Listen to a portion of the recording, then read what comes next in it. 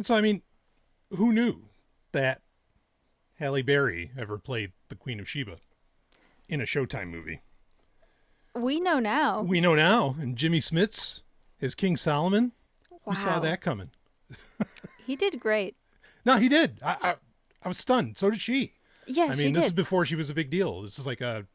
This is before she was Catwoman. Yeah. And here we go giving her compliments. No. Sorry, that movie is kind of universally panned. Did you enjoy that? Not by me. I love that movie. You love that movie? Wow. Wait a minute. All right, folks, it's Sexoterica. We're going to get into some great stuff, but hold on. All right, love is a strong word. Sure. I supremely enjoyed that movie. Okay, all right. But who's better? Like Michelle Pfeiffer or Halle Berry as Catwoman? Eartha Kitt. Holy hell. I was literally going to say the real answer is Eartha Kitt. Damn. This was my Kobayashi Maru, and Oh, I yeah. passed. You changed the conditions of the test. Wow. This is why I married you. You are so good. One of many reasons. Yes, one of many. That is the right answer. You also married me because my favorite movie is Cleopatra with Elizabeth Taylor. For so fucking sure. I just have that kind of class. Absolutely. Absolutely. We got to watch the TV movie or miniseries of that as well. That was a little more updated that I think was actually pretty good. Anyway, yeah. Solomon and Sheba, folks, if you want to go check that out. Nice mid-90s Showtime presents TV movie. That good luck finding it. I had to, do one of my personal copy jobs because it never got released on DVD or anything like that. But that's not what we're here to talk about. It's not. So what are we here to talk about? We are here to talk about, and we're going to have to do a review of that Solomon and Sheba movie because that was something else. But we'll give people the chance to go find it and watch it. It's taking a lot of strength for me to not talk about it right now. Yeah. Very well done. Tasteful. Go watch it, folks. Okay. We're here to talk about a couple other things. We're later in the show, we are going to talk about some politics, which I almost threw up into this. Okay, not specific politics, though. Yeah. This is just like meta talk about politics. Yes. Basically, politics in general, overview. Yeah, because things have been taking place that need some discussion. And, we're going to get into that. So, and I'll refrain from spewing into my pop filter here. Thank you. And also, folks, this is the first episode of Sexoterica where we are doing full live video. This is great. I'm excited. Yeah, in living color. And you get to see, it doesn't mean anything, ooh, woohoo, you see me. No. They get to see you. and woo, I can say in the preview, you are looking... Am I looking for delicious? Yeah. To put a word. I was going to... anyway, okay, that's it. So we're going to talk... Go watch it on YouTube, folks, for fuck's sake. Anyway, we're going to talk about some politics later on. But we have another subject to get into at first, which actually comes out of really a question you had from the previous episode where we talked about heaven.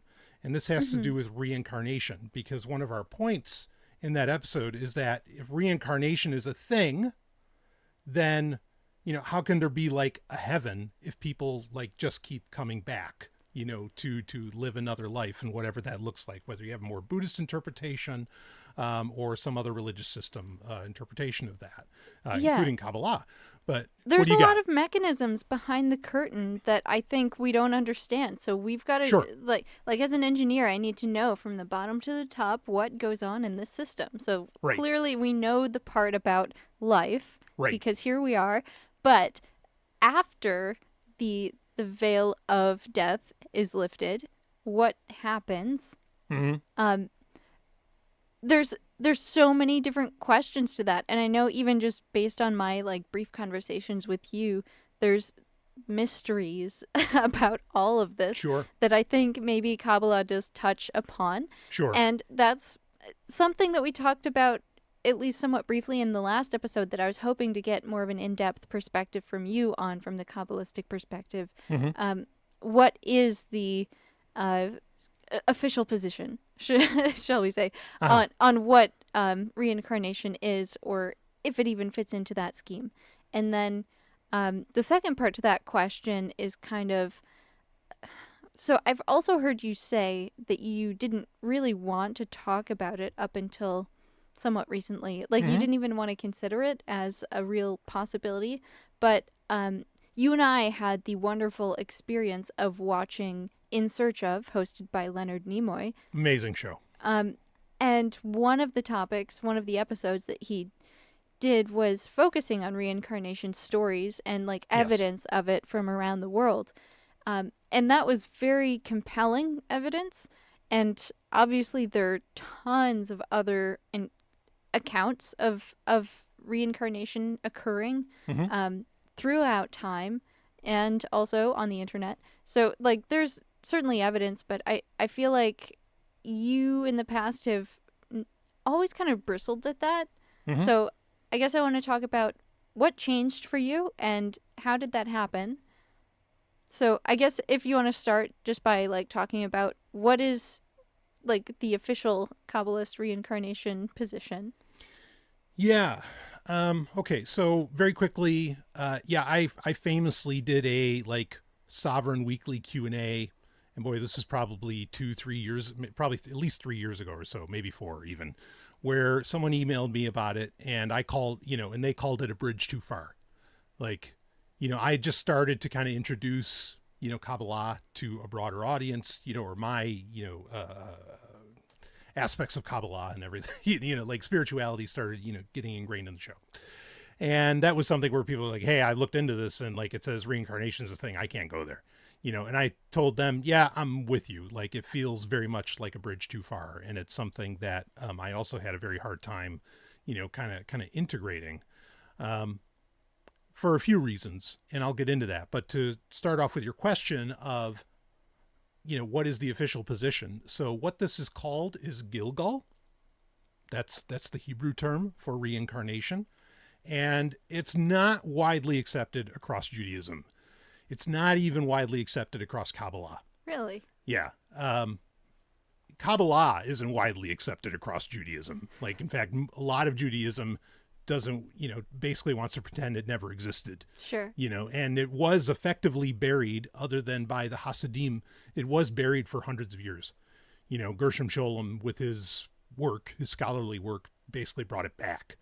And I'm grateful that he did, even if his interpretations aren't so well accepted anymore. But regardless of that, so you got to keep that in mind in the first place, is that this is still, even though there's Hebrew terms for it and there's tons of writing about it, it's still not widely accepted.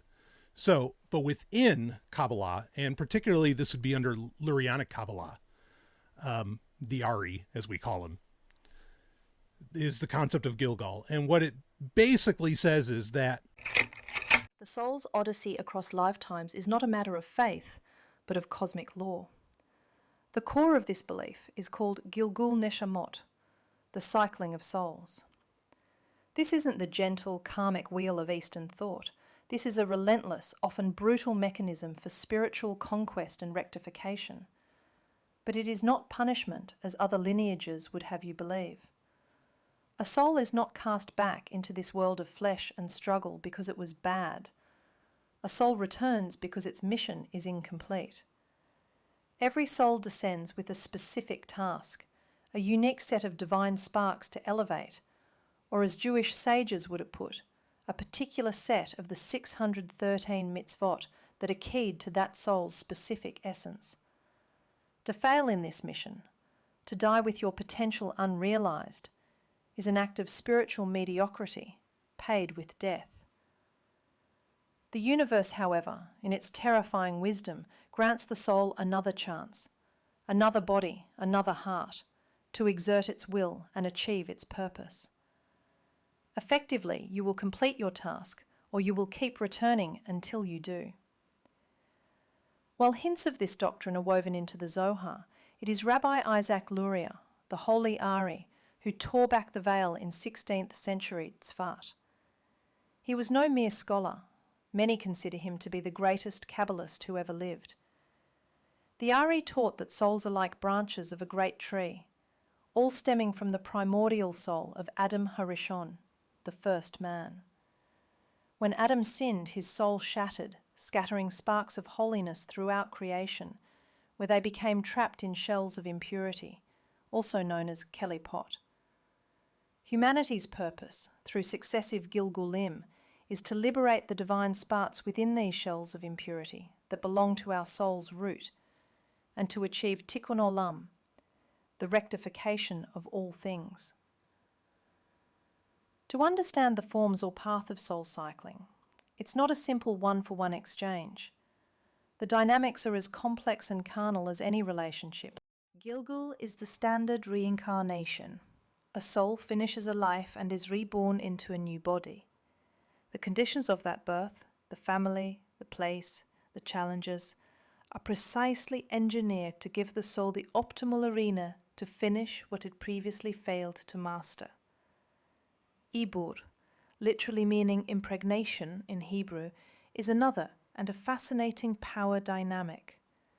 A righteous soul, one that has already completed its own primary mission, can temporarily enter the body of a living person. It does not displace the host soul, but joins with it, like a dominant partner lending their strength. This happens when the living person faces a monumental task or a spiritual challenge they cannot win alone. The stronger soul enters, provides the power and guidance to achieve the goal, and then departs. It is a symbiotic act of mastery. The last, Dibuk, is the shadow, the terrifying consequence of absolute failure. A Dibuk, from the word to cling, is a soul so mired in weakness and transgression that it has no merit to reincarnate on its own. It becomes a spiritual parasite, a disembodied essence that forcefully latches onto a living person, seeking to feed on their life force and experience the physical world through them.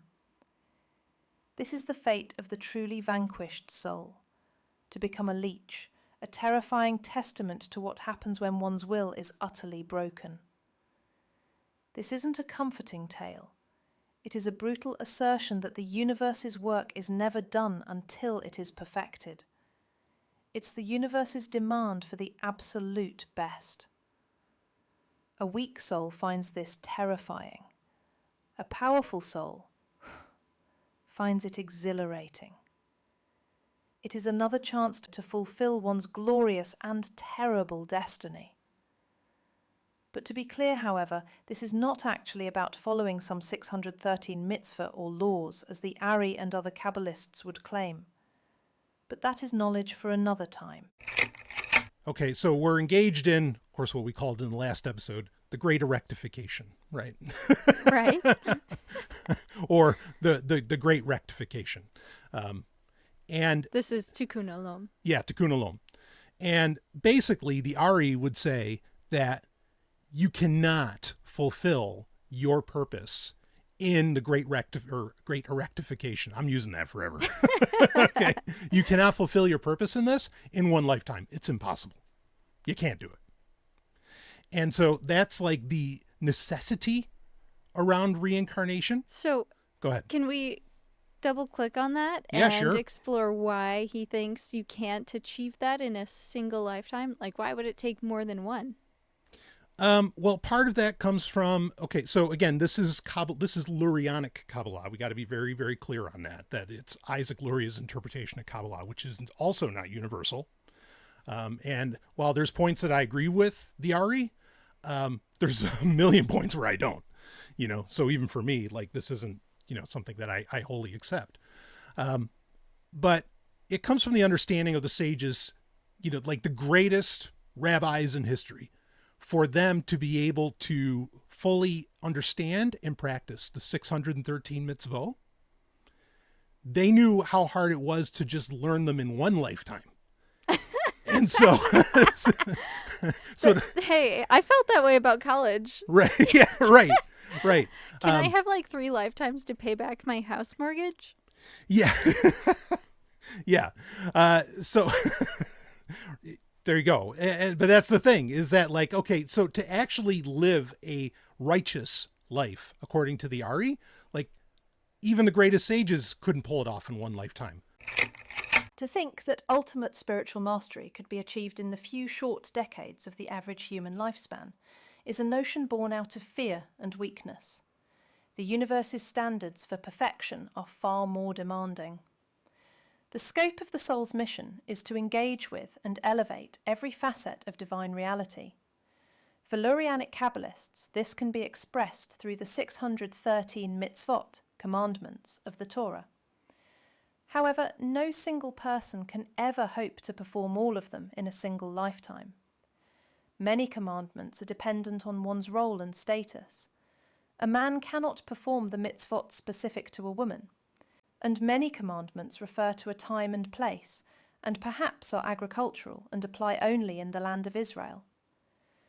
The entire system of sacrifices and temple worship is inoperative without the temple, if one believes that these mitzvot are necessary. So to conquer the full spectrum of the divine will, the soul must be deployed into various vessels under different circumstances across history. It must experience life as a man and a woman, a priest and a farmer, a king and a scholar. Each lifetime comes with a specific set of commandments and elevates a specific corner of creation. In the process of tikkun olam, a transgression is not a simple misstep to be forgiven. It is cosmic damage. It is a failure of will, a spiritual wound that weakens the soul and the world. A single lifetime is often where these wounds are inflicted. Subsequent lives are the brutal rehabilitation required to heal them. If you fail a test of courage in one life, your soul will be returned to face that exact fear again and again until it dominates it. The universe does not tolerate weakness in the final accounting. It forces you to confront and master your failures. Consider that a raw diamond is not made brilliant with a single cut. A master's sword is not forged by being heated and hammered only once. It is a relentless process of pressure and fire, folding the steel upon itself until all impurities are burned away, and its essence is one of perfect strength and sharpness. So it is with the soul. One lifetime might forge discipline, another might forge compassion, a third might forge intellect, a fourth might test all of them in a crucible of suffering. Each life adds a new layer of strength, a new facet of brilliance. To expect this divine tempering to be completed in one go is like expecting to build a champion's physique in a single workout. It is an absurd fantasy.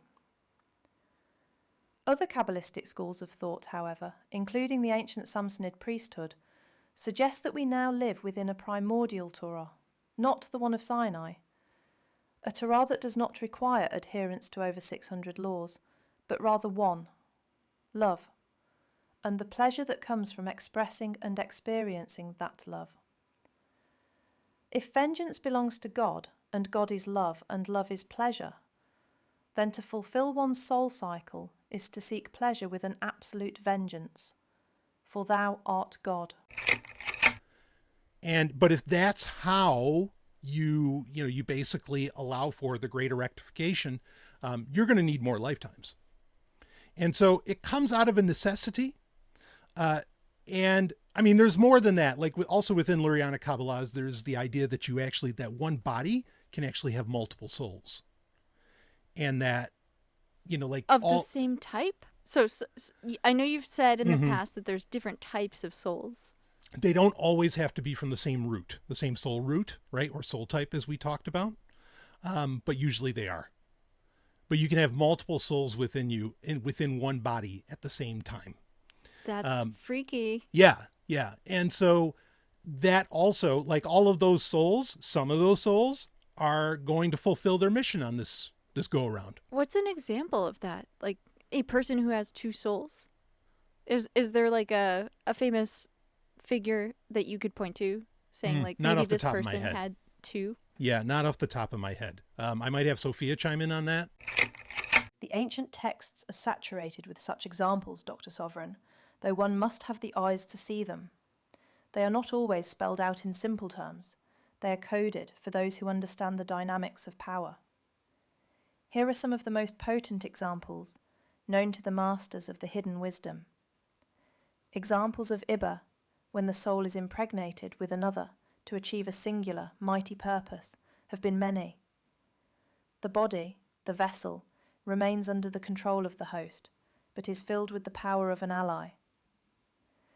Pinchas the Zealot is such a one.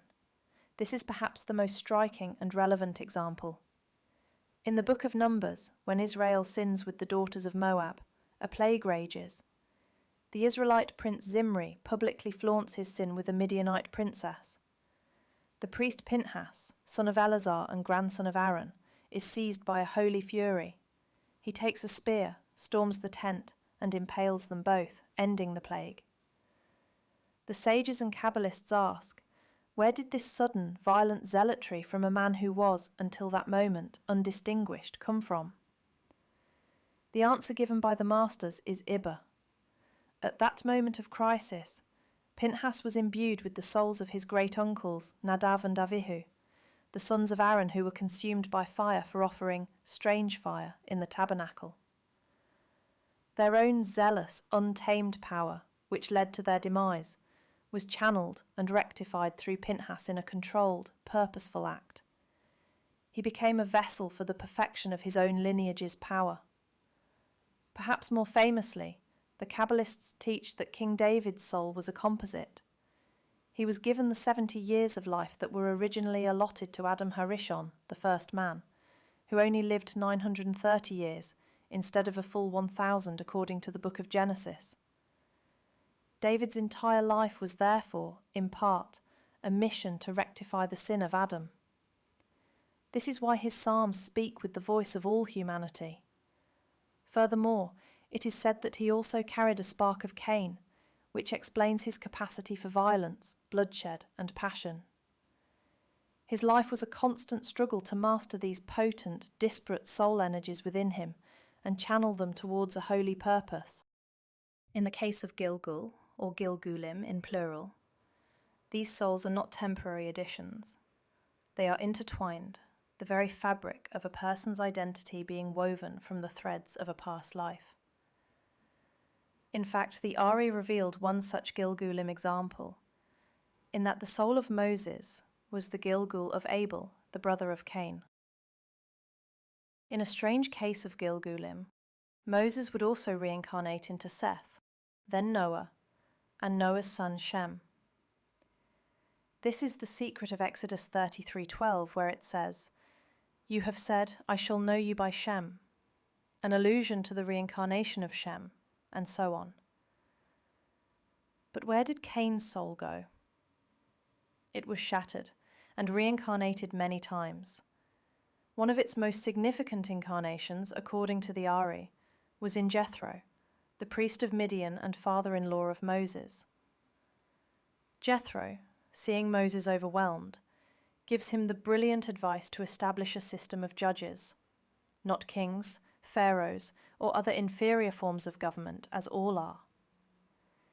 This act of bringing a paradoxically anarchistic system of order to Israel was a profound act of tikkun, a rectification for Cain. The concept of the Dibbuk, the lost soul, as we understand it, was systemized in the 16th century, so you won't find that specific term in most ancient Jewish texts. However, the Talmud is filled with accounts of possession by a ruach ra'ah, an evil spirit.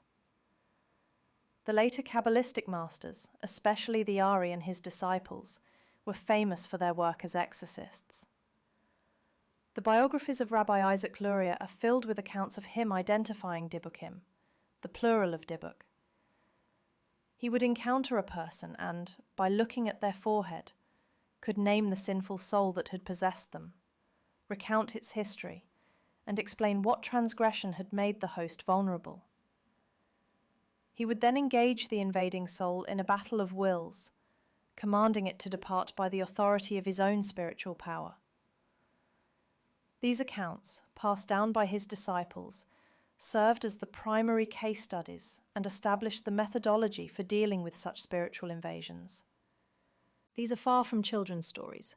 They reveal that a person is not always a singular entity, but can be a vessel, an arena, a dynasty in a single body. The critical question is always the same. Who is the master of the house? It is a teaching within Lurianic Kabbalah that, you could actually have multiple souls within one person. Okay. And that gets into, like, I actually love that he brings that point up, because that points at, like the importance of the body, that the body is not just a shell. Like, it has, it has a purpose in itself, and that it does more than, again, it's not just some husk. Like there's something to it. Also, I think we've talked about in the past about where like a lot of, shall we say, Hebrew souls have come from, that they were actually birthed thousands of years ago by Abraham and Sarai. Right. Even though they didn't have children until Isaac, and, Sarai was, so much older, they were still birthing souls that whole time. And so, these souls are just waiting to come in. And so the idea is there's clearly this holding pattern for souls, right? They're swirling around somewhere. Exactly. And so that also lends to the, to the position that reincarnation is a thing. I mean, the historical reality could likely just come from, they borrowed the concept of reincarnation from the Persians, from the Zoroastrians, or the root religious system that Judaism and Zoroastrianism both come out of. So how exactly does reincarnation work according to this Gilgal? There is what we could call a well of souls that these souls kind of wait within. Okay. The other part, we were talking about Sheol in the last episode, and Sheol, really does, other than the elevator music, very much reads like some kind of underground waiting room. So I guess I'm wondering, because there is both Sheol and Well of Souls, and it seems like they serve two separate purposes. Yes. So I don't know if this is specifically noted anywhere, but like, from my interpretation, Sheol kind of sounds like a crucible in a way, because a person who is still like earthbound when they die will go to Sheol, right, kind of wandering around. There's still an echo of their true selves when they were alive. Like, they still have their ego, as well as the underlying firmament of their soul. Yes. And then as they wander through Sheol, after a certain number of years or however long it takes, they kind of lose that sense of self. They lose that ego, and then they just become a soul that goes to the Well of Souls to wait for like another body to enter. Yeah. Okay. So you're totally on point to mention this delineation. And this is partly why in the last episode, like, I appealed to Captain Picard, as one often does, for his quote to say, like, the afterlife is something like so far beyond our concepts. Yeah. Like and we're using these words, but like, we don't know what these actually are like, what the experience is. And if there's like this, degree of separation between the two, like, so we can't say. Exactly. So let's talk a little bit about what the path is. Okay. So you have, first off, an earthly Well of Souls. Okay. There is a literal cave under the Dome of the Rock in Jerusalem called the Well of Souls. And the claim is Muslims, of course, because they control that area, now, and hopefully for a very long time to come. I mean, Jerusalem doesn't mean anything to me, but it means something to others. And, I have no desire to like pick fights with groups over, real estate. And the idea that God cares about real estate too. Yikes. Anyway. Okay. So, Muslims there also claim that, like, you can hear people, like, when you go down into the Well of Souls, and you can walk into it. and you can, and they pray in it, and you can, like, this is like a real place. And the claim is that this is literally where, like, the earth was created from. This is the point where the earth was created from. This is the point where souls were birthed. So you have a very literal well of souls, which is interesting. Now, I would not begin to claim that the well of souls that, and this is where we need to get in the path, that the well of souls that we're talking about is that literal place on earth. The one thing I do love about it, though, is that this is this wildly powerful spiritual place that is absolutely material and real, which lends credence to our idea that, you know, heaven is a place on earth. Well, the well of souls is. Why isn't heaven? And it's because it is, you know. So, but regardless of that. The cosmic well of souls is the chamber where all souls are forged in the fires of creation, and where they now wait, gleaming and untested, before being drawn for their first form of existence in our world. The sages of the Talmud speak of the Guf, literally the chamber, and the Kabbalists call it the Otsa HaNeshamot, the treasury of souls. This is the primordial source. Long ago, a number of souls were created and placed within this celestial repository. Every soul that has ever been born, or ever will be born, comes from this treasury. Before its first incarnation, a soul exists in the Guf in a state of absolute purity, basking in the divine radiance. But this is a state of passive, untested potential. It is strength that has never been challenged, a will that has never known resistance, and power is only proven through application and resistance. So, the soul is drawn from the well and sent down into the just as important flesh. Okay, so we can debate whether or not that's the real well of souls. Let's talk about the path that a soul goes on. Okay, you're born, right? Might have been a mistake, but could have been. It happened, so right. we're gonna carry on. Yeah, we're rolling with it. So, and okay, you die. All right. Yeah. You did not achieve your full potential within the greater rectification because you didn't achieve immortality. You died. Okay. You just go back to the first checkpoint in the game. Start the levels over. Right. So you go to Sheol. Okay. And in Sheol, there's nothing. You know nothing. You're not praising God's name. It's quiet. It's the silent kingdom. You're there. There's the possibility that someone may call upon you, necromancy, from the land of the living. Oh, okay. You don't say. Yeah. and of course, this is, you know, most famously known in the Tanakh with the story of Samuel, which makes you wonder if Samuel goes to Sheol, like, holy shit, what chances do any of us have, you know, of ever like achieving some kind of immortality? But I think Samuel was also incredibly imperfect. I mean, he basically allowed Israel to have a king. You fucked up, Daddy. I mean, we'll talk about that later when we get into politics. We'll talk about that. Yeah. But anyway, so you can get called up to talk and maybe like advise the land of the living. But, you know, as far as we understand from the experience of Samuel, he just like, leave me alone. I want to go back to fucking sleep. Like, stop this. Like, I'm not interested in your problems, Saul. Get the fuck out of my way. Okay. Let me go back. He's a little crabby after his nap.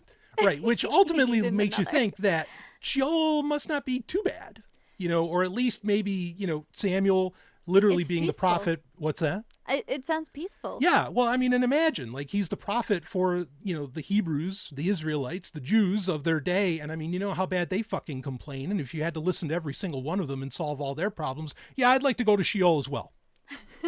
Thank you. Like, I'm done. These fuckers complaining all the time.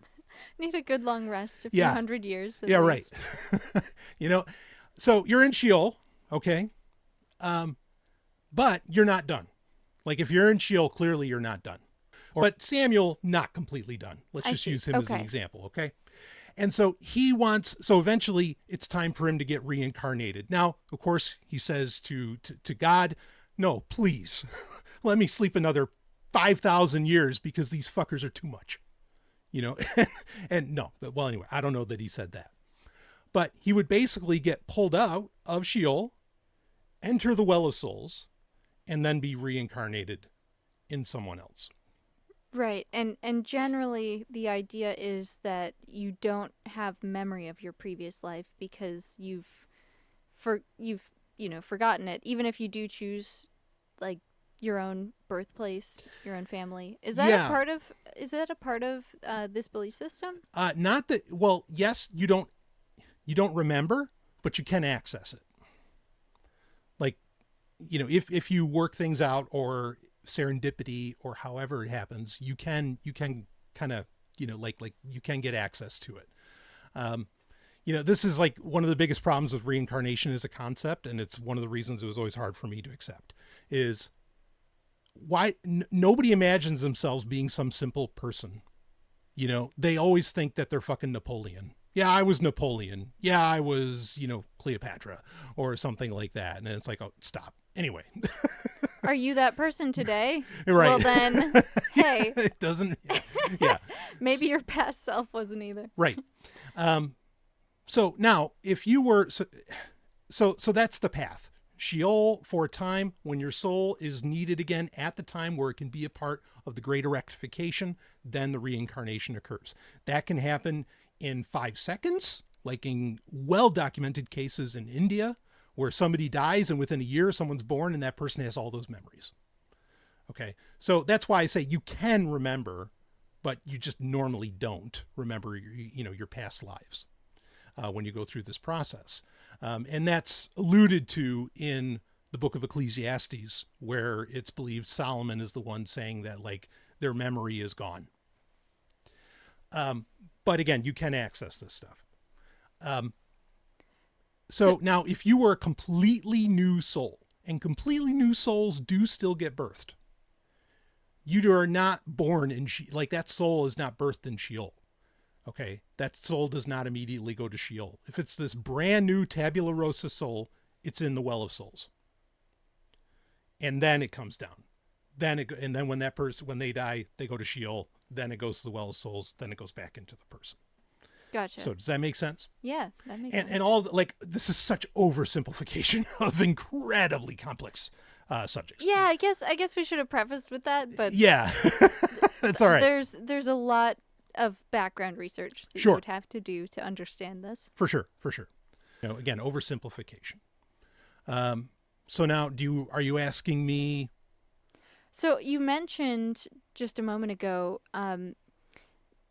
you know, you can access these memories, and I don't know if this is something you wanted to share, but I know that you've told me, at least in the past, that you thought that you maybe had something like that.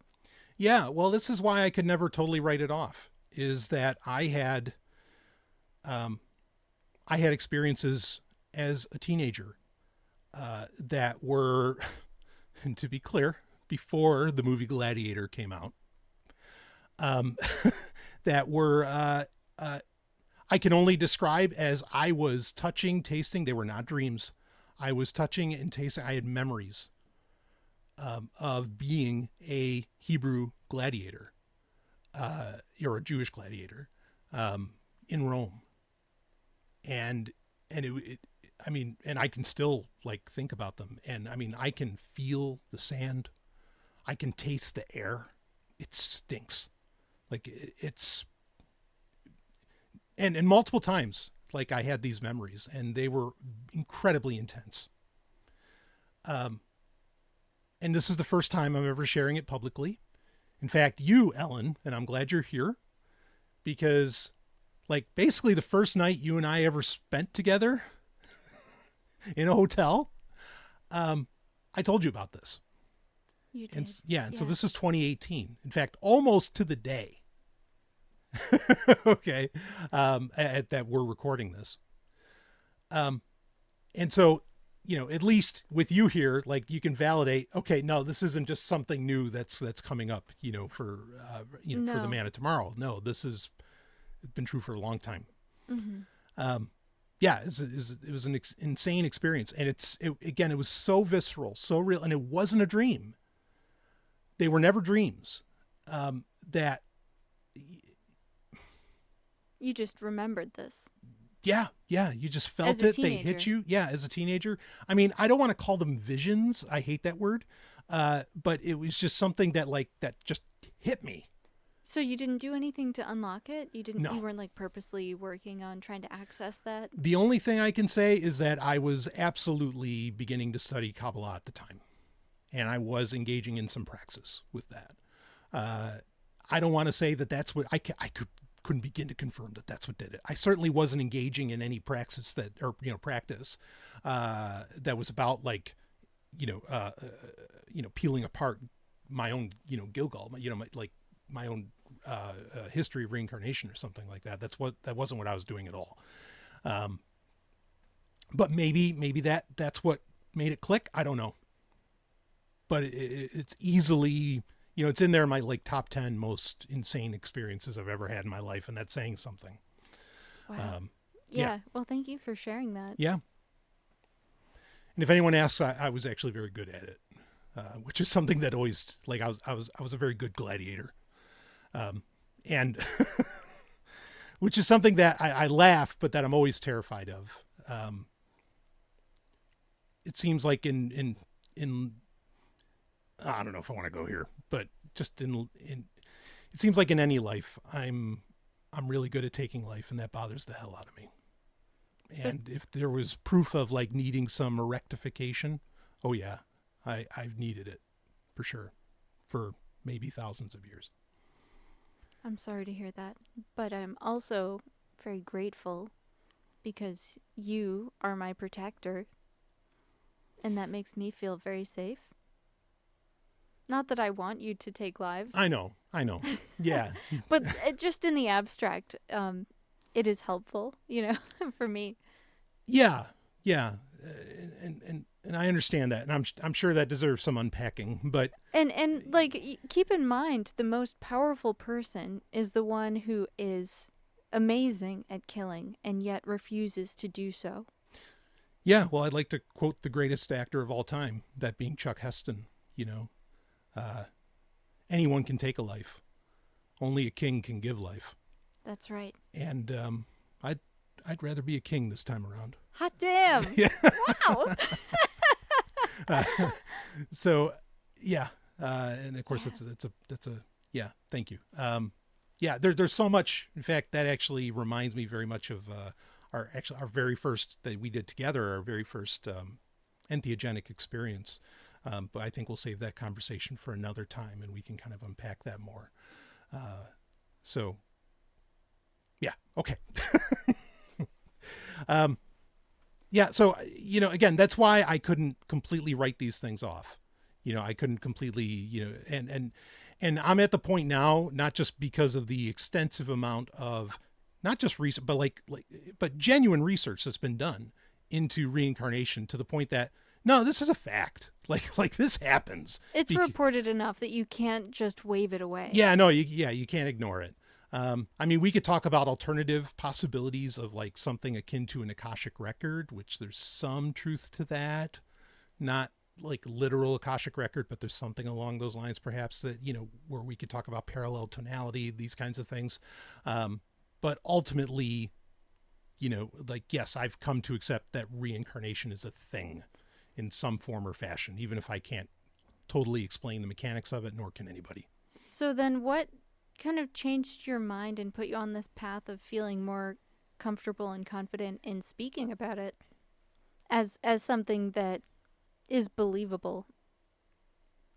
Or I mean, like, you talk about it like it's an option, at least. I don't know if you believe it or not, but... Oh, I believe it. No, okay. I mean, I believe reincarnation's a thing, for sure. You do? Yep. Yeah, that's not a bridge too far for me anymore.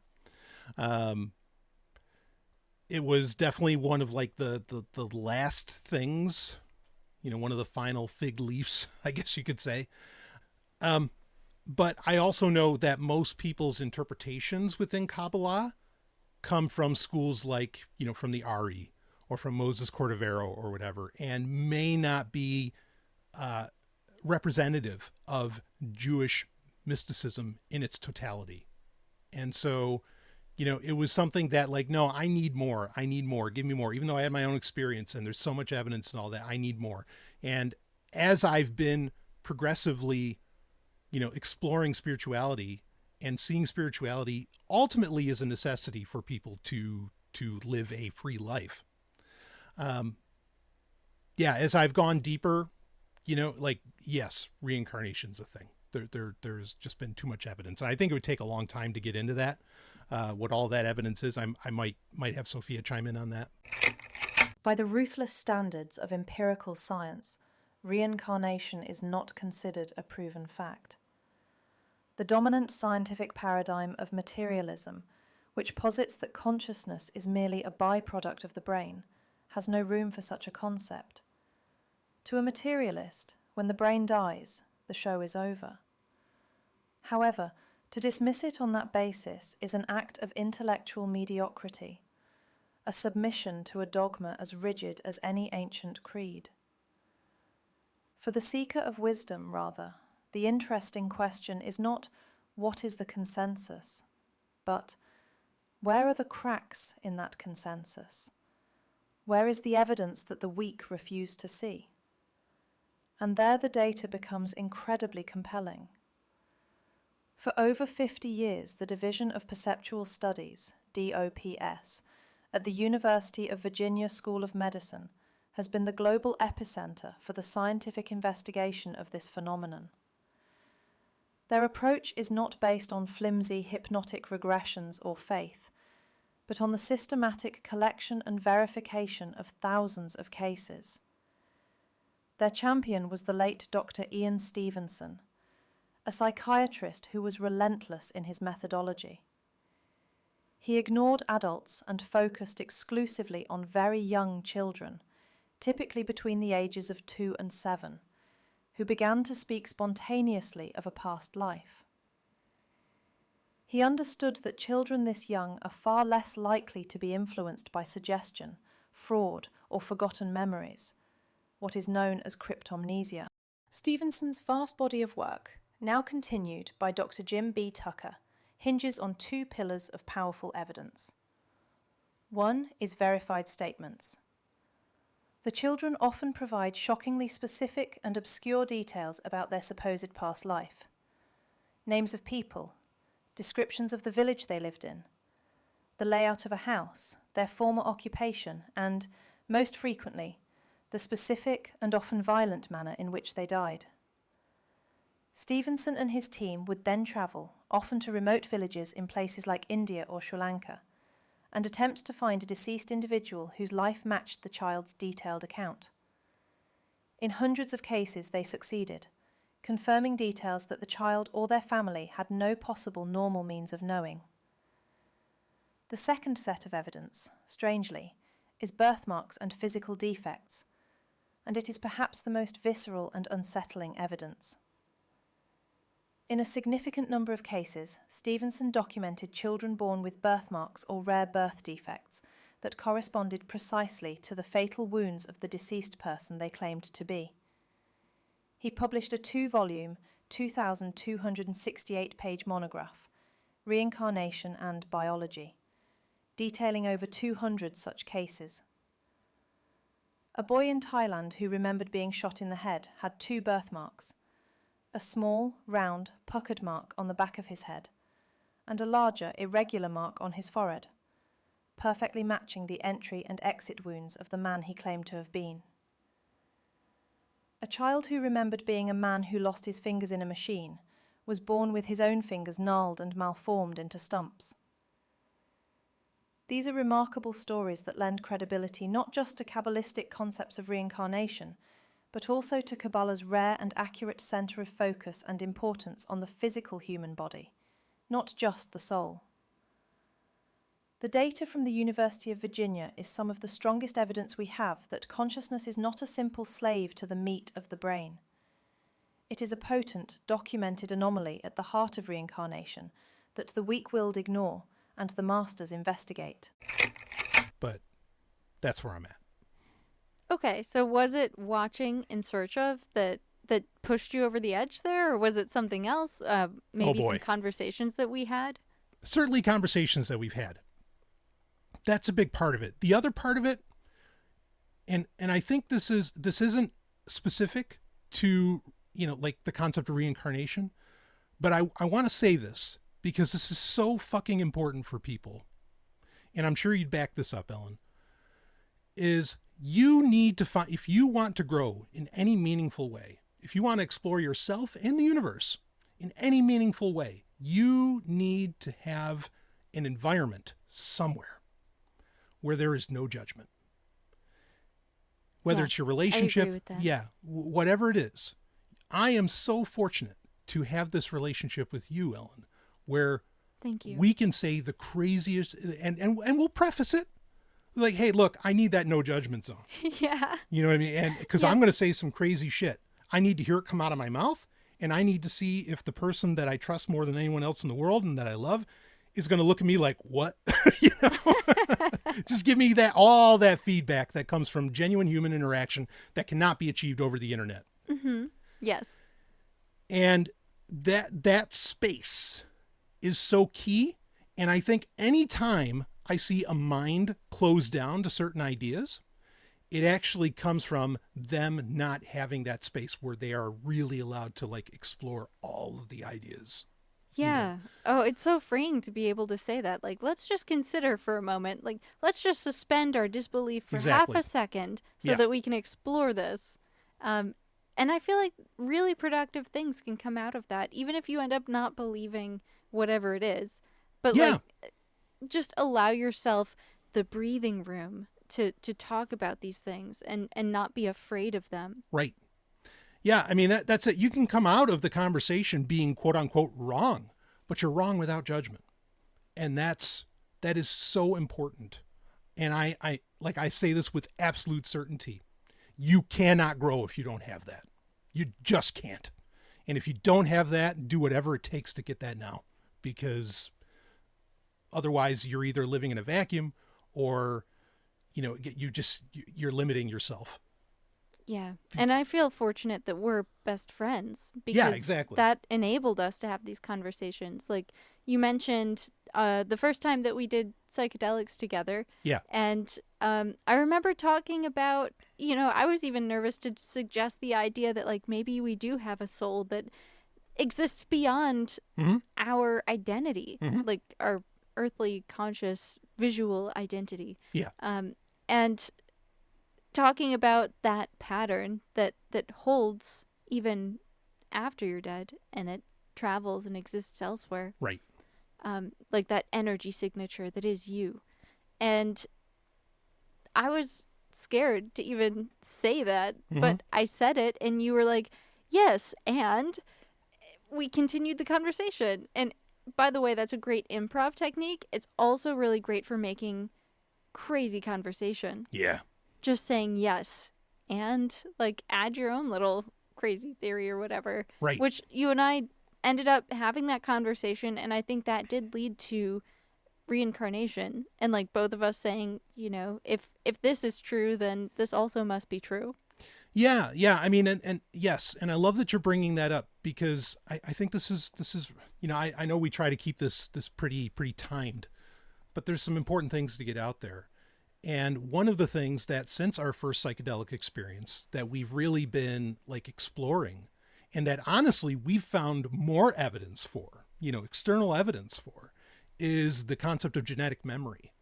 Oh, yes. Yeah, that I think came first. Yeah. Before all the others. Yeah. But the idea that you inherit memories from previous generations in your family. Right. And so, genetic, like that's the thing when we talk about reincarnation, like this can take, I think, a lot of different shapes. We're talking about how it's explained in Lurianic Kabbalah, but that's just one system. And I think genetic memory could, for some could be considered another form of reincarnation. And it's a legacy. Yeah, it's a legacy of a type, and I mean, like, can that genetic, and again, just like read the Dune books, and folks, like, if you haven't picked this up yet, like Frank Herbert was playing with a lot of real shit, like a lot of real mystical shit. Like those books operate on a whole other level that has nothing to do with science fiction. Yeah, and somehow he knew about genetic memory being a fact prior to science recognizing it in animals, which it has at this point. Exactly. Yeah. So, you know, and I mean, and in the Dune books, like Frank Herbert talks about how, you know, like these ancestors in your genetic memory could actually like take over your body, you know, or at least heavily influence you to where it's their desires being met and not your own, you know, in the case of like Baron Harkonnen and Ali of the Knife. So yeah, that part, I wonder if that was a little more fictional than the rest. Might be. I mean, it's a great plot device for sure. Yeah. You know, it might be, Yep. but I'm just saying that, you know, I don't know, you know, because Can you be possessed by an ancestor?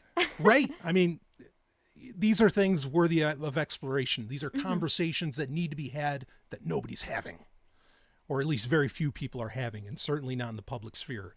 I mean, I don't think I've ever heard anybody on fucking Joe Rogan talk about genetic memory, not once, unless I'm wrong. I don't know. He does hundreds of episodes, but Let us know if Brian's wrong. yeah, like show me the episode where someone else has talked about genetic memory. Believe me, I want to be in on that, and I'll probably reach out to the person and say, you know, hey, Daddy, what's up? So Where can they reach us at? fu@xxtech.net. That's fu@xxxtech.net. Maybe I'll have that show up on the screen now that we're doing video here. Oh, we're getting really flashy with the show. I know. Oh, man. All the shit we can do. You know, before we go into anything else, I mean, Ellen, do you have comments that you like? What are your thoughts on reincarnation? I think people want to hear from you more than they want to hear from me. Yeah, I guess I'll just add in a couple statements briefly. So I mentioned how we had started talking about it as a concept where your soul is allowed to persist. Right. And then, obviously, if it's persisting, it has to go somewhere. So I think that's where we really started that conversation seriously. Yeah. And I'm very fascinated in just understanding this concept as it exists in multiple different religious practices, like especially in India. It's a very common part of the culture, like so much so that that's kind of why most of the evidence comes from India, because they actually suspend their disbelief enough to allow for the possibility that it could exist. So when their children report to them that they are having these memories from before they died, which is a creepy statement to hear from a child, but they actually take it seriously, and they're like, oh, really? Tell me more. I'll write it down. We can go investigate. Whereas in America or other Western countries, if young people start reporting on their previous life experiences, a lot of times they're just shut down.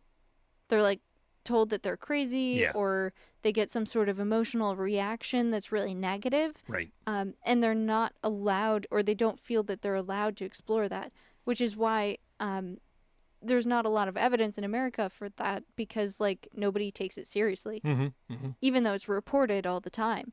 But in other countries, like especially in India, they do take it seriously. And that's something that I find super interesting, just doing that like understanding of how it's like a central tenet of a lot of Eastern religions. Sure. And I tend to believe that because there is so much in the way of evidence. Right. Like, I don't know how it works either, but if there's evidence for something, that you can't deny that it happens, at least sometimes. And there's no law of the universe that we know of that would keep it from happening. So I want to allow for the possibility of it to exist. Yeah. And I've never had my own past life experiences, but I totally believe you when you say that you did. And this is not a dream, it's a memory. It's something you actually experienced. And that's how a lot of people feel about it. And I just think that kind of makes the world and our existence a little more magical. Yes, for sure. So I don't know. I hope it exists. I do want to try doing like past life regression at some point to try and understand if I have any of those memories. I know we've tried accessing them, like meditating when we're on psychedelic substances. Yeah. And I've never had anything definitive. Maybe like a flash or two that I thought was a past life memory, but it's hard to say. Like, did I just make that up? Did I just create that? Well, let me ask you this, okay? And we're going to get, it's Sexoterica, so we're going to get a little sexual here for a second, because it might be the only part of the show that does. This episode, I should say. Okay. So, and you can qualify anything I ask. All right. So the first time you and I had sex, okay. Did you have this feeling that like this is going to sound so kitschy, but I mean it. Like, did you have this feeling of like, wow, this feels perfect. This feels like exactly how it should feel. This feels natural. This feels like I've been doing this for 1,000 years or thousands of years or something. Like, I mean, did you have anything like that?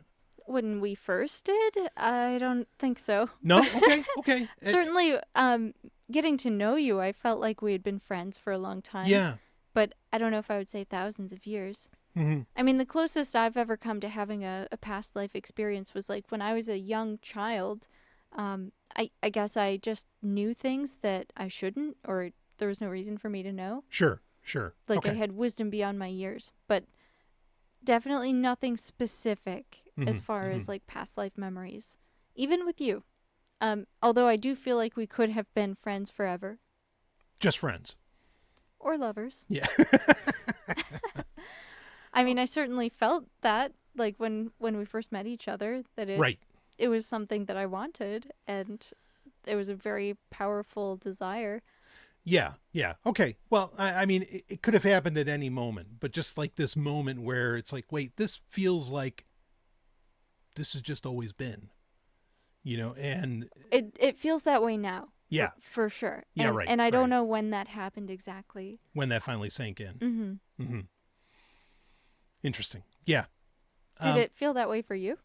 Oh, yeah. Yeah. Like instantaneously? I don't know about like, so I knew super quickly with you, I'm like, this is my best friend.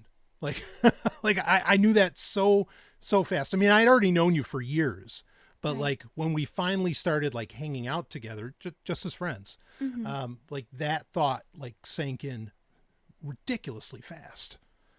It did. Yeah. Which, like, I guess a part of me feels like there's something to that.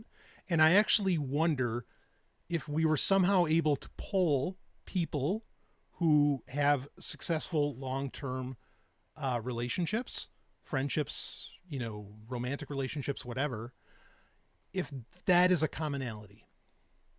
Like that, no, these are two souls, like just Rick Springfield would say, other. Yeah, two souls searching for each other.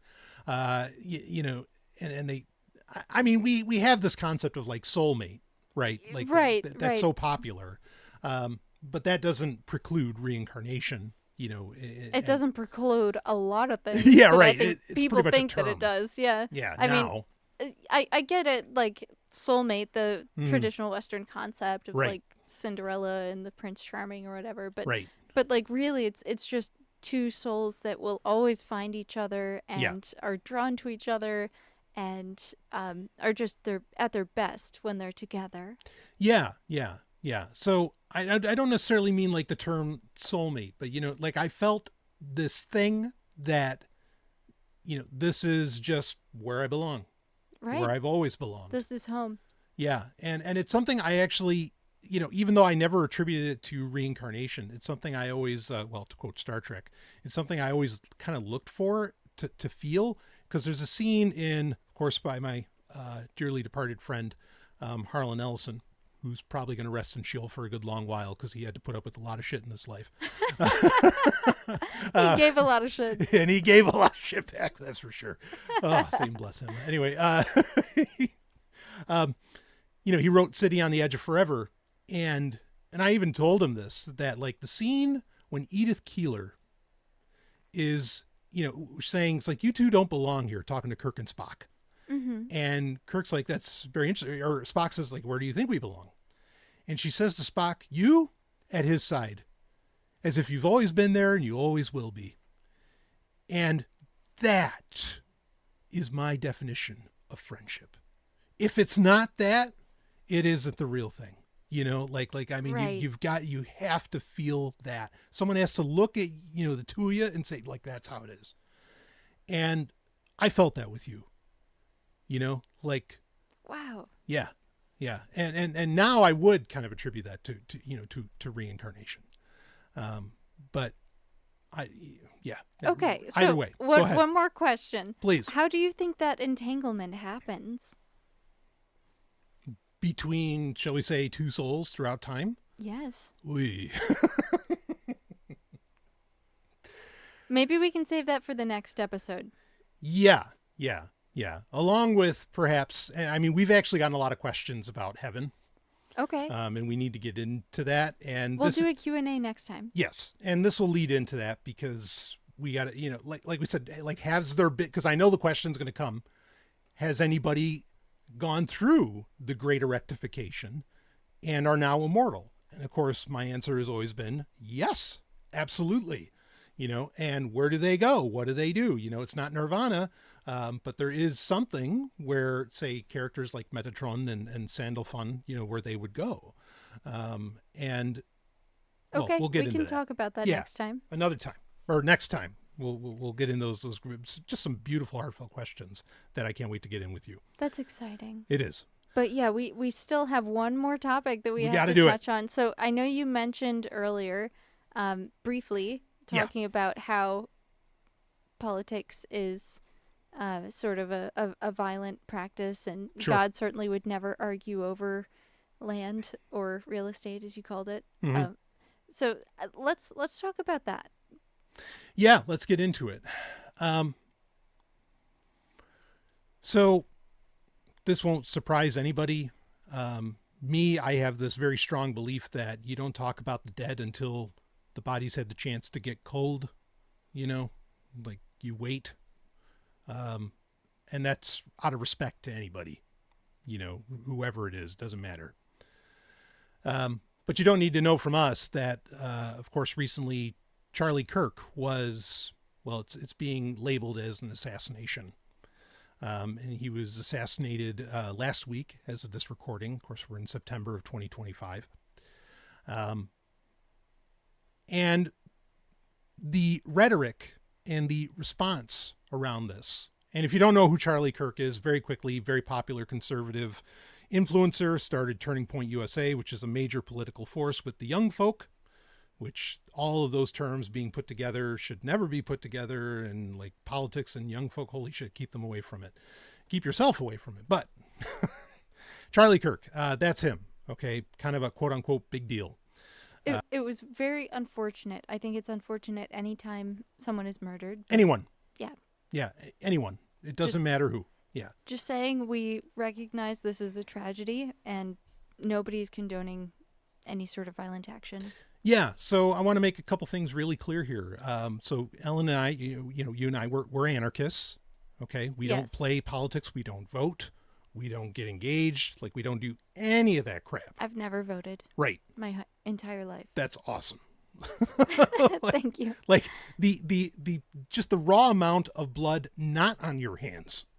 My hands are clean. Yeah, is amazing. Remarkably. Is amazing. And I certainly can't make that claim. But and so we're anarchists. We're also, and you got to be careful with this term because it can be defined a million different ways. We're also pacifists, or at least, we hold to a principle of non-killing. Certainly a version of that, yes. We're nonviolent people. Exactly. Yeah. Certainly don't believe in violent retribution. Right. Yeah. So, and if someone wants us to really, my history with this is super well known, but if somebody really wants us to talk about it, ask the question, we'll get into turtles. It. Yeah. Right. Exactly. Such a wonderful symbol and creature. But the principle of refusing to use lethal force, also known as non-killing, is a position of strength. The mediocre may see such pacifism as submission, as a failure of will, but they are fools. They see only the physical plane, the material realm. A true master understands that the spiritual battlefield is infinitely more consequential. To kill is easy. It is a brutish, final and clumsy act. It is an admission of failure, a failure to control a situation, a failure to dominate a foe through superior will, intellect, or force that stops short of annihilation. It is the tactical equivalent of smashing a lock because you are too simple-minded to pick it. The Kabbalistic case for non-killing is not built on fragile equality or turning the other cheek. It is built on the principles of cosmic law, spiritual debt, and the uncompromising quest for immortality. The exoteric law is simple. Lo tirzak, as it is called in Hebrew, thou shalt not kill. The Kabbalist, the seeker of wisdom, asks why. As we have discussed, every soul is on a quest, a gilgul, to achieve its tikkun. To kill a person is not merely to end a biological process. It is to forcibly abort a soul's divine purpose. It is to take the universe's plan for that being and shatter it. You are not defeating an enemy. You are committing an act of cosmic vandalism. You have interfered with the precise work of a tikkun that you cannot possibly comprehend, scattering the divine sparks, the nitzotzot, that soul was meant to elevate. But the true horror of killing is not what it does to the victim, but what it does to you. When you destroy that person's chance at tikkun, you do not escape the consequences. The masters of Kabbalah teach that the killer's soul becomes inextricably entangled with the victim's. You have incurred a spiritual debt that is almost impossible to repay. You inherit their burden. In a future Gilgul, your soul may be forced to return in a subordinate position to the very soul you killed. You may be forced to serve them, to provide for them, to be the instrument of their new tikkun, all to repay the cosmic balance you shattered. You bind yourself to their fate. By killing, you have failed your own mission and chained your own soul to the fate of another.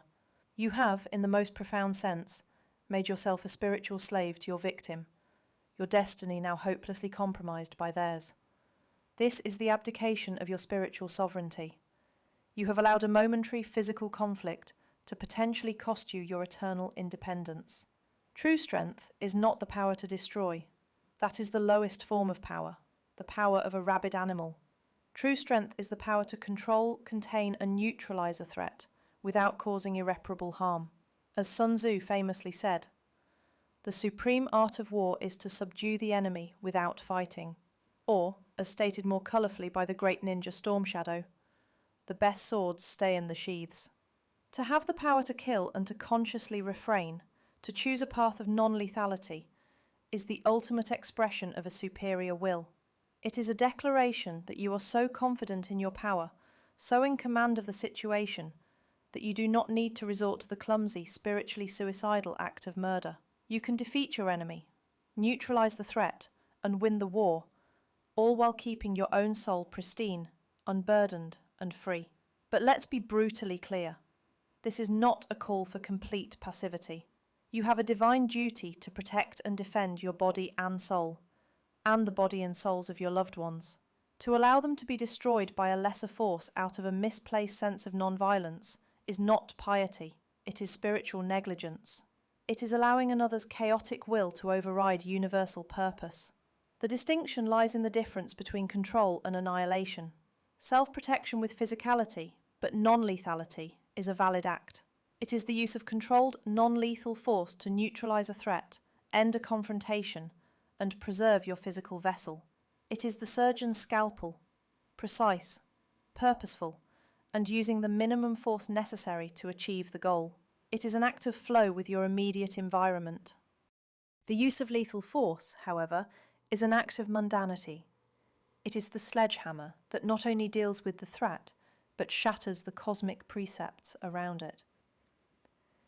As we discussed, it is a brutish act that may solve the physical problem of the moment, but creates a catastrophic spiritual debt that compromises your soul's future. It is a loss of control, and that leads to servitude. This distinction is crucial because it separates the master from the brute. The master uses precise force to preserve his sovereignty. The brute uses chaotic force and, in his momentary victory, forfeits his own soul's freedom. Defending your life is a sacred duty. Taking another's is a spiritual catastrophe you may spend lifetimes trying to rectify. All of these principles also find purchase in the ancient concept of Ahimsa, powerfully represented by the Jains of India, a path so ancient it makes Christianity appear to have the life of a fly by comparison. The Eastern art of Aikido also adheres to similar precepts. Pacifism, or non-killing, in this light, is not weakness. It is the most ruthless form of spiritual self-preservation and the absolute pinnacle of self-mastery. It is the choice of a master who refuses to let anyone, especially a lowly enemy, dictate the terms of their own life. Anyway, so, we're not by any stretch of the imagination arguing for the use of violence or guns in any kind of action. Okay. No, definitely not. Yeah. To make that super clear. Now, so Charlie Kirk gets assassinated, and the conversations around this, to me, and the narrative around this is mind-blowing. There is, first off, like, everybody from, regardless of what quote-unquote side of the aisle, blue, red, whatever, everybody's basically condemning this. Saying, like, even people who hate this guy are saying, like, this is not the way to handle things in a democracy. This is deplorable, blah, blah, blah. Okay. I do wonder if it was Trump that this happened to, how that would have went, because certainly when we saw the quote unquote assassination attempt on Trump, I think there were a lot of people who came out and said, the bullet, even influencers said, could have gone a little to the right. I mean, like, you're only allowed to make that joke because he survived. Exactly. Yeah. So, we don't know, but that's not the point.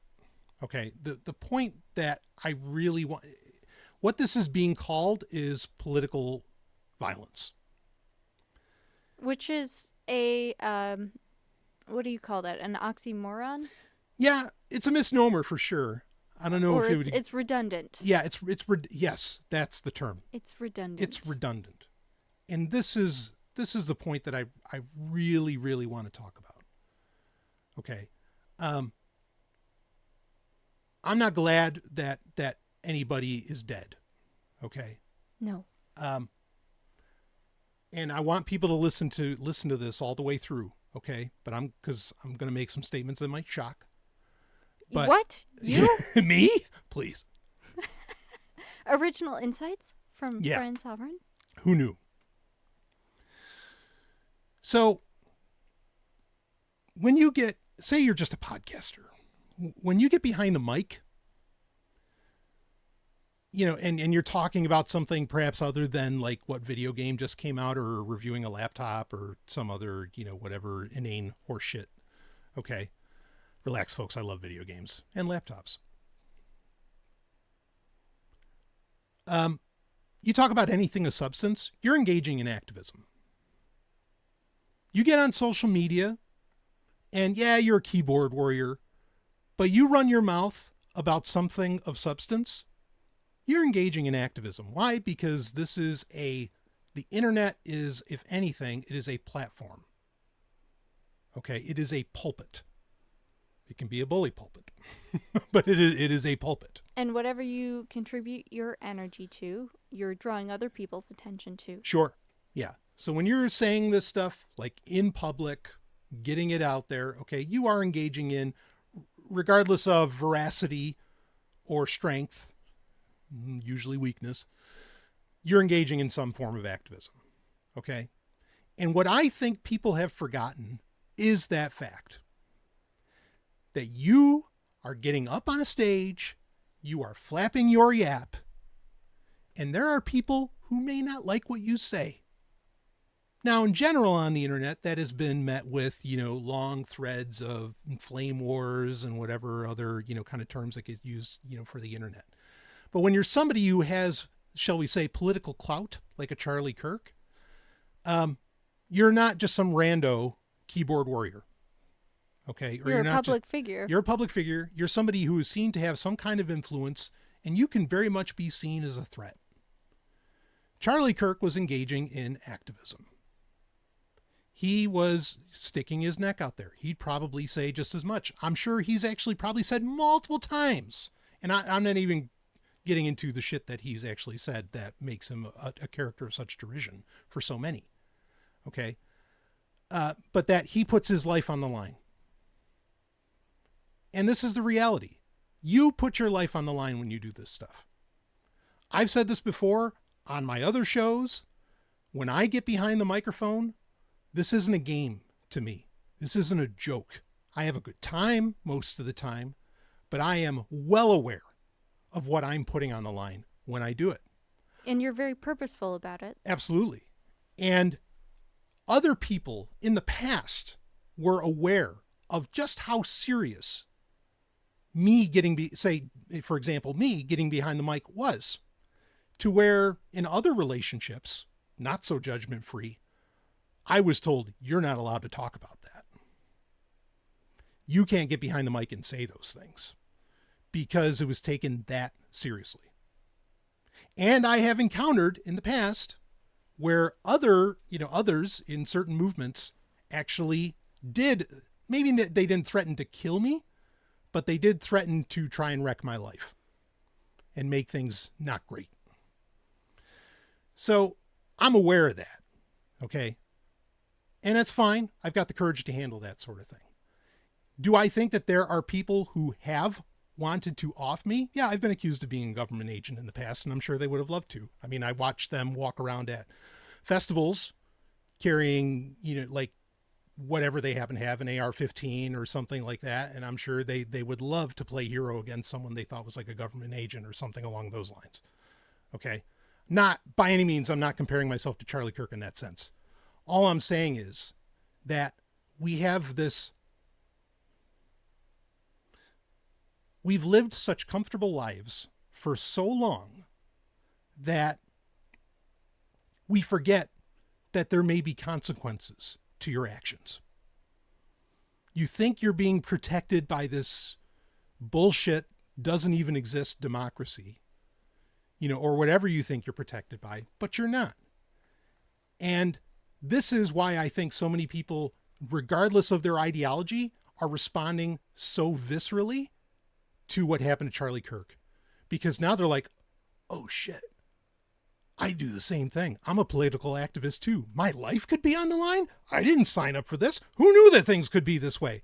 And it's like, man, it was that way for longer than it's not been. Propaganda of the deed ain't that old. Okay. And this is, so I'm by no means am I saying that Charlie Kirk was asking for it. But what I am saying is that this is a reality. And honestly, in most other countries, not uncommon. And this doesn't mean it's a good thing. That doesn't mean I'm defending it. That doesn't mean that that's how I want things to be. I don't want them to be that way. But know that that's the reason so many people are flipping the fuck out. Because they're terrified that what they thought was them being safely behind a microphone or whatever the fuck else that they're doing and screaming and yelling and saying, oh, don't take away my rights or my free speech or whatever. Now they're terrified that, holy shit, what I say has consequences. And it's like, man, They always have. Like there's always consequences. So that's point one. I mean, Ellen, do you want to respond to that? There's more to get into, but do you want to respond to that part? No, I agree with you. I mean, I think the internet has made the world in general more violent, because people are able to express their anger at each other without a sense of humanity. Right. They don't recognize that the person that they're insulting on the other end is a real person. Yeah. Yeah, so people say really terrible things to each other, and there's no consequences a lot of the time on the internet. Yeah. And I just think it's an unfortunate reality that that's the world we live in now, because the internet can also be a really useful tool, and I love it for so many reasons. But, sure. That derisive part, the darkest parts of humanity also get a spotlight on the internet. Yeah, it enhances them. Mm-hmm. It really does. And it allows people to exist within their own echo chambers. So if you see something that's wrong with the world or that you don't like, you're going to find that over and over again online, because that's how algorithms hook you in. Yeah, I think you're bringing up a good point, because another part to this specific discussion is, or part of the discussion is, like, the internet is collapsing. I know people don't believe that, but like it's eating itself. Whether it's dead internet theory. I mean, even Sam Altman has come out and said, by like in the next 3 years, there's going to be more bot activity on the internet than human activity. And it's not even helpful a lot of the times when I do searches for very specific things. Right. Like, I remember a time in history when it was, like, back in 2015 to 2020. Mm-hmm. But over the last few years, like, you search for anything and you're just going to get a bunch of garbage that's high traffic links, but, like, it's not what you're looking for. Yeah. I mean, maybe the two worst acronyms on the planet right now are SEO, which is search engine optimization, which basically means you're not finding the reality or the best thing. You're just finding what is programmatically against the algorithm. And then the other is probably SHV, which would be shareholder value. Those two things are killing the world. So because you have to please both, and both are bullshit. So yeah. And because the internet is falling apart and people are seeing how, my internet activism isn't really changing anything, and the internet again is falling apart. Like, so now they're taking it to the streets. You mean real life activism? Yeah. Like they're turning it into real life activism, and yikes. Right. Again, we're not getting into like conspiracy theories. Was this, quote unquote assassination, done by some other group or whatever, like government group or something? That's not what we're getting at here. Cause that does it matter? Sure. But for the purposes of our conversation, it doesn't matter. Okay. So we have all of that. The understanding why is everybody, regardless of ideology, freaking out? There's why. Okay. And I hope that, I know I have a lot of other podcasters who also listen to me. I hope you start to take this a lot more seriously. This medium, what you're doing. Okay. Especially if you're in any way, part of, an activist in some form. Like, understand there can be consequences. I don't like it. I don't want it to be that way. It shouldn't be that way. But it's the way. Like, it's the reality. The other reality to confront is that, like you said so beautifully, Ellen, like, political violence is redundant. Politics is violence. This is such a basic, logical train of thought. Yeah. That so many people don't grasp. Right. They just entirely miss it. And I don't understand how you can be somebody who's, like, very spiritually and intellectually educated, and yet people don't, like, they can't let go of politics. They feel that it has to be a part of who they are. It's an important tenet in their lives. Mm-hmm, mm-hmm. And it just doesn't make sense to me. Like, to be an enlightened person and still think in terms of Republican or Democrat. Yeah. No, that blows my mind. for politics to quote unquote work requires, the barrel of the gun. Because, essentially, yes. Yeah, because at the end of the day, if you don't follow the laws that government lays out, and you keep ignoring, I mean, yeah. If you don't pay a parking fine, like, are they going to eventually like say, hey, either pay this or we shoot you? Maybe not. But sometimes, I don't know. They can revoke your license. Right. If you're caught driving, right. They can put you in jail. That's like kidnapping. Yeah, exactly. They're holding you hostage, basically. Yeah, the enforcement of laws itself is a violent act, inherently. Voting. People aren't going to like this one, but this is the oldest thing in the anarchist book. Yeah. Voting is a violent act. Like, it just is. You're saying that you want this guy who has access to the guns to be in office. So it doesn't even matter what side you're voting for. Either way, you're voting for the gun. Yeah, and can I just double down on that point? Please. Because I think it's something that has become really depersonalized, again, like the internet, in the sense that, like, politics has become such a big game that it's a big moneymaker for the politicians. Yep. Because they get to become rock stars for huge swaths of people. Right. But they also make it so that the killing is very depersonalized from the populace. So when you vote for someone, whatever their foreign policies are, or like whatever they think the military budget should be, like all of those tax dollars that they're collecting, that they're enforcing, that they're writing laws on, that they're passing policies on, like that money is going to ultimately arresting people and killing people. Yes. And killing a lot of people that aren't even in America. They're like in the rest of the world. Yeah. Yeah, no, absolutely. I mean, I just want to say that, like, they do that. They have the blood on their hands so that you don't have to. So you don't have to think about it. Right. But ultimately, if you're supporting them, you're supporting sending all of our forcefully gathered money to killing people. Yeah, no, I mean, this is what voting is where does the gun get pointed? Does it get pointed at me, or does it get pointed at people that I don't care about, or that I think are the problem, or something like that? Like, it's all of politics is violence. All of politics is death. It's what it is. And, so for them to come out and say, like, oh, this is political violence, it's like, what part of politics isn't? Like what dream world do you fucking people live in? Unless you're going to say, well, yeah, we just think laws are suggestions, and, so if you don't want to follow them, you don't have to. But most people that I've experienced don't think that way.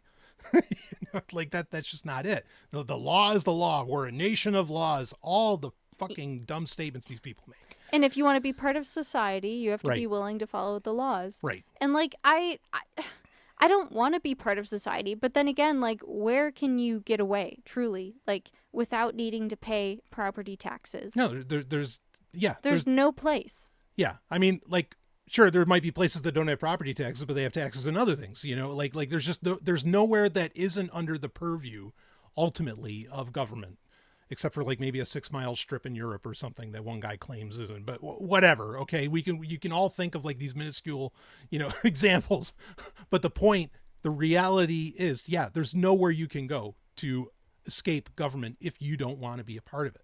And I just want to bring up the counterpoint that people always mention, which is, well, if we don't have laws, it's going to be like Mad Max, where all these violent anarchists are going to be stealing and killing. But people never stop to realize that, like, maybe we can intentionally build a community where people listen to each other. When they have disagreements, they talk it out. They support each other. They're there for each other. They give gifts to each other instead of, like, charging or like, putting someone into debt. Yeah. So there's all of these ways in which people can live peacefully in a community without laws, just by, like, taking the time to listen to and work with each other. Yeah, well, and it comes from, living a life without fear. And that's the thing, is that, like, for most of humanity, existence is ultimately fear-based. in the sense Sadly. that like even the idea, like, so you have government because you're afraid that it's going to turn out like Mad Max, right? But then like, why do things not turn into Mad Max? Because you fear the government. Everything is fear. Like there's no freedom that's a part of this in any way, because it's literally all fear-based. You know, you're afraid of whatever. I mean, these are the blinders that people have. This is the confusion that they have. Just to run with a metaphor, okay? You know, government is a haunted house, all right? And you know, people are like, okay, well, is this ghost really bad or is this ghost really bad? Because again, it's all fear-based, okay? And you're terrified of the ghosts, and so you think you get to vote for which ghost is actually in power or something like that. And so you get the right ghost in there, and it's not tyranny or something along those lines. Maybe it's a nice ghost return. It's like, no, you dumb fucks. Tyranny is not the ghosts. The house is tyranny. The whole goddamn house. And you think you're going to solve that problem with guns back at them, like with Charlie Kirk? You know, you're just creating the problem that you tried to solve. Well, right. And they run with the metaphor, like the bullets are going to run through the fucking ghost. Because the house is still there. And I don't see anybody, and sure as fuck wasn't Charlie Kirk, I don't see anybody running around with proton packs. You know what I mean? Like, that's the real solution. It ain't guns. Just to run with the metaphor. I like to think I carry a proton pack, but hey. Hey, you know what? You look really great with a proton pack. Thank you. You just call me Egon Spangler. I'm ready. But this is, I mean, again, like they don't see it. They don't see their own prison around them. And then, you know, and it's so ingrained in them that they think when, you know, things are just so bad for them, the only solutions that they see are the solutions of the system, the solutions of the haunted house. You know, like, oh, well, then I'll just, if all they use is guns, then I'm going to use guns. But you're just perpetuating the system. I think I got my metaphors a little mixed on that, but that's okay.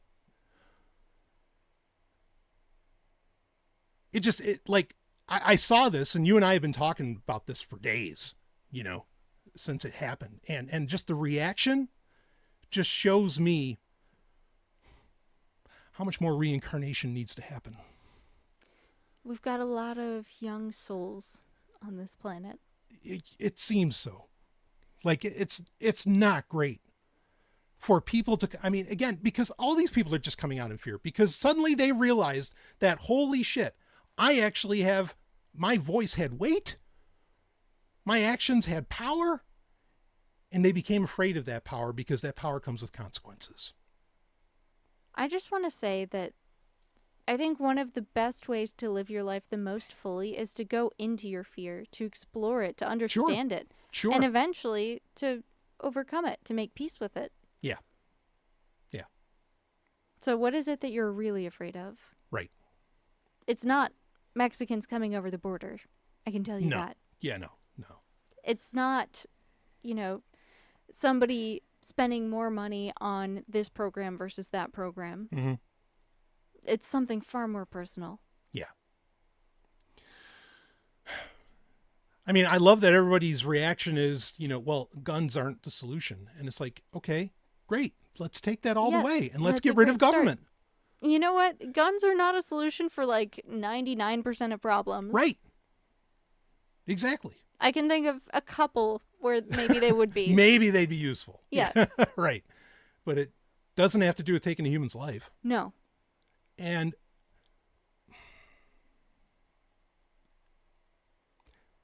you know, I know we got to wrap things up, but I'm just reminded of like kind of the very classic American adage, you know, of, you know, if men were angels, we wouldn't need government. And every time I hear that, and you hear it all the time, I always think, well, then let's fucking make men angels already. Let's try. Yeah. What's that going to take? What's the worst that could happen? Right. If you try. Right. imagine yourself as an angel, and you maybe can work to getting there. Yeah.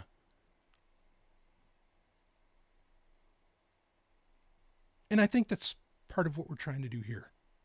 Or is at least show a path. I agree. Maybe people can become angels.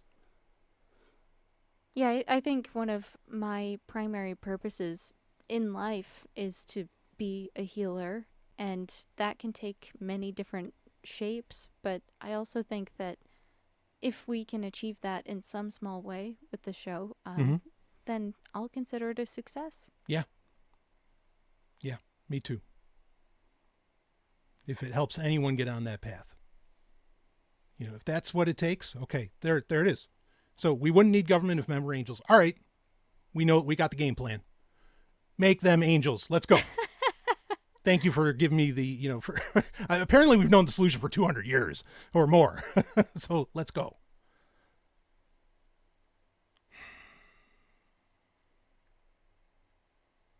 Anybody dying is tragic. Anybody. And just as tragic is the lack of understanding of reality. And that's what I'm seeing come out of this. Like, it's the lack of understanding of our relationship to our fellow humans. Yeah. That's ultimately what politics is about. Yep. And also, I would say what it is counter to. Yeah. It gives us very bad relationships with certain groups of people, and then kind of somewhat halfway decent, plausible relationships with other people. Right. It gives us the opportunity to be friends with at least like a quarter of the population. Yeah. And then the rest, fuck them. Yeah. But I think that's so limiting for us. Like, Sure. As humans, we have the ability to connect with anybody we want to, anybody we set our hearts and minds on. Yeah. Well, even somebody who you would consider your enemy. Exactly. And, just, yeah. I guess, for me in closing, like, to continue a previous metaphor, just, yeah, you're afraid. Okay. Well, get away from the ghosts. Get out of the fucking haunted house. Stop living in fear. And that's not just like fear of others, but fear of yourself. And yeah. You got anything you want to add in, Ellen? I think that was really powerful, what you said. Thank you. So, yeah, thank you for talking us through that. Sure. Yeah. It's a super important thing. And again, it just, all of this highlights how important, spirituality and the understanding of oneself, which I think one needs the other, really is right now.